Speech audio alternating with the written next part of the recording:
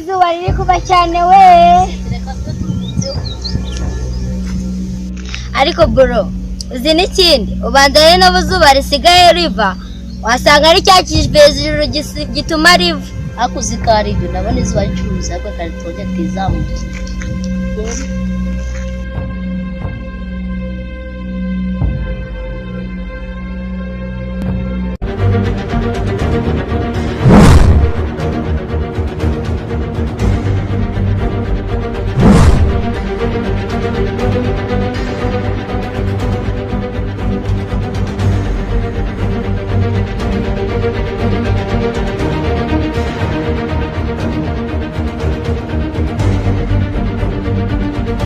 Man, present man, ko turabona boss. Musa boss turamu.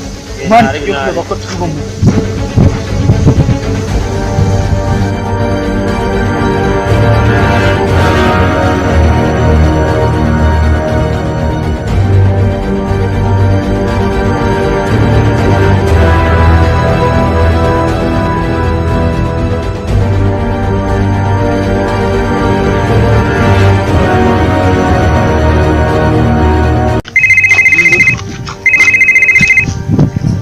Halo bro, uzi ibintu bibaho man. Cyana wabyuzi wowe umugore wamubaka ikanukanya ngo yanzu twabaga makakanya hisike akumana. Yakuko shati wabanko mara ukaza mwana we. Mani umugore ahiye ntabwo byava. Mani ndahigeze hano mani kuri byose ku mutima. Zona hari biri kanzi nirukamisha.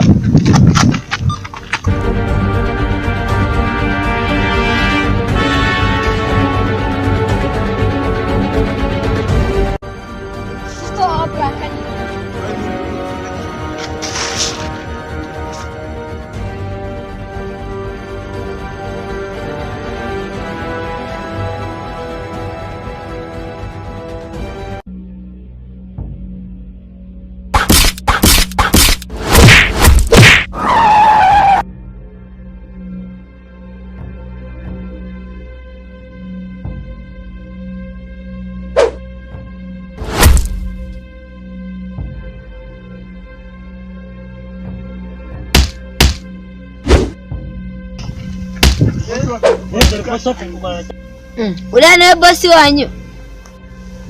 Nuriya nyine. Nabigabanyira na biti. Ahubwo dutangira dufane. Yego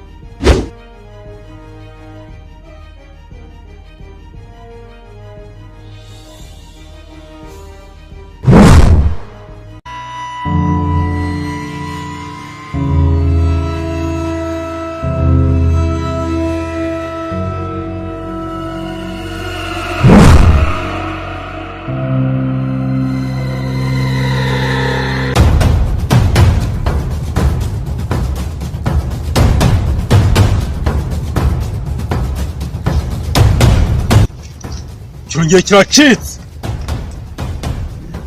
Kiriya kivejuru. Ako nizeye ko mfite imbaraga zingana n'izacyo. Kanza ahubwo nyikurikire.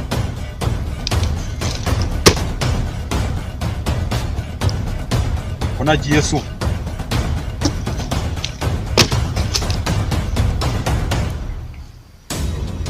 Ikingana itegeko ngiye nakora.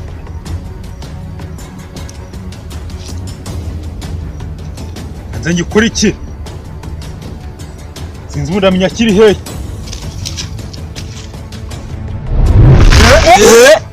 Miyaga numvishe namwe murayumvishe we. Ehe.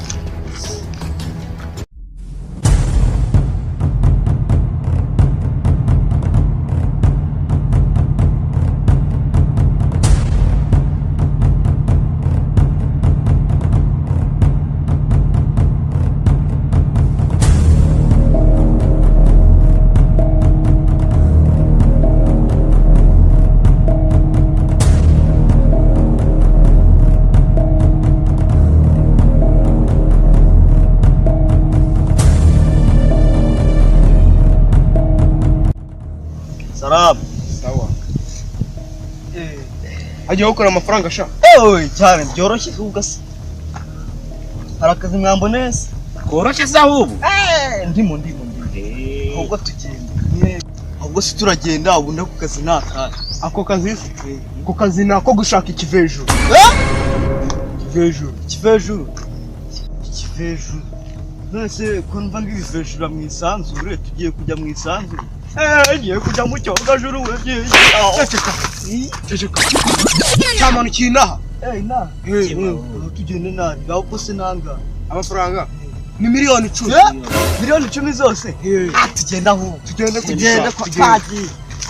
Ndajya.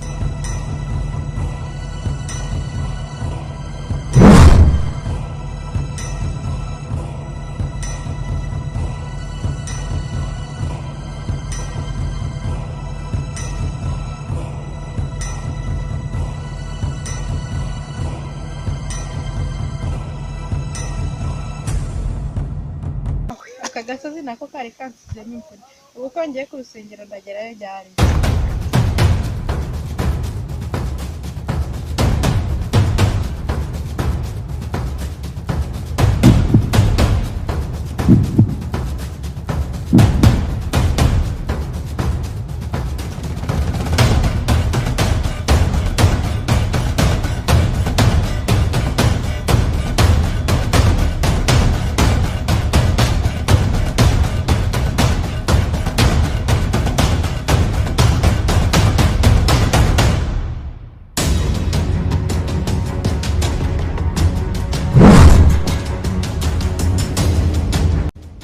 Yesu uru nuruki mbonye usura dayimoni.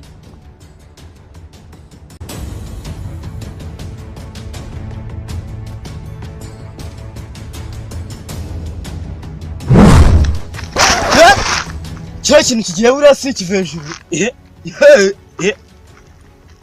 Kandi kivejuru gose. Ariko zikari cyo mwana. Gikunda kuducika buri gihe.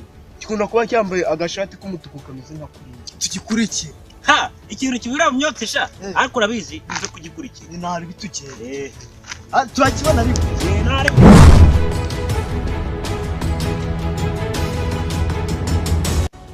Tuvaritiviye hano. Kanze mumeze ndebe ko urakibona.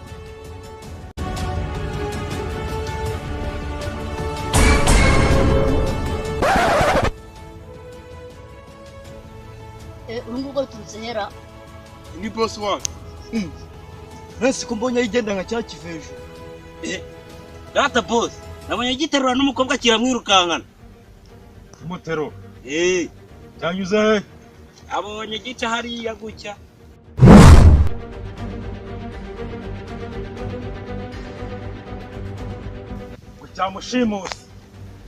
Cyamushimuse kuko yafashira umukobwa kikiwe. Kanzahita nyikurikira. Ishaki.